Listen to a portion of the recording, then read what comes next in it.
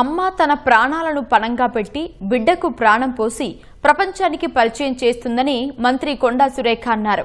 అంతర్జాతీయ మాతృ దినోత్సవాన్ని పురస్కరించుకుని హనుమకొండ బాలసముద్రంలోని ఓ ప్రైవేట్ ఆసుపత్రిలో నిర్వహించిన రక్తదాన శిబిరంలో మంత్రి పాల్గొన్నారు. మహిళలతో కలిసి కేక్ కట్ చేసి తల్లులందరికీ మదర్స్ డే శుభాకాంక్షలు తెలిపారు. రక్తదానం చేసిన వారిని మంత్రి అభినందించారు. అత్యవసర పరిస్థితుల్లో రక్తదానం అనేక మంది ప్రాణాలను కాపాడుతుందని పేర్కొన్నారు. యువత సామాజిక బాధ్యతగా భావించి స్వచ్ఛందంగా ముందుకు వచ్చి రక్తదానం చేయాలని పిలుపునిచ్చారు. ప్రభుత్వం ప్రజల ఆరోగ్యానికి అత్యంత ప్రాధాన్యత ఇస్తోందన్నారు.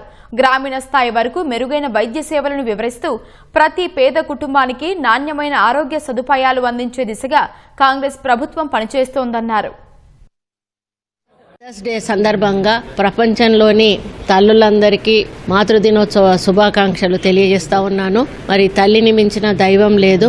మరి తల్లి తన ప్రాణానికి ముప్పు ఉన్నదని తెలిసినా కూడా బిడ్డ ప్రాణాన్ని కాపాడుకోవడానికే ప్రయత్నం చేస్తుంది. మరి అటువంటి తల్లిని మనం ఒకరోజు స్మరించుకోవడం అనేది మన బాధ్యత.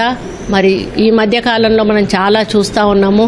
తల్లిదండ్రులను రోడ్ల మీద వదిలేయడము, వాళ్ళను కొట్టడము, చంపడము, ఇటువంటివి చాలా దారుణాలు జరుగుతూ ఉన్నాయి. వాళ్ళంటూ లేకపోతే మనం ఈ భూమి మీద లేము.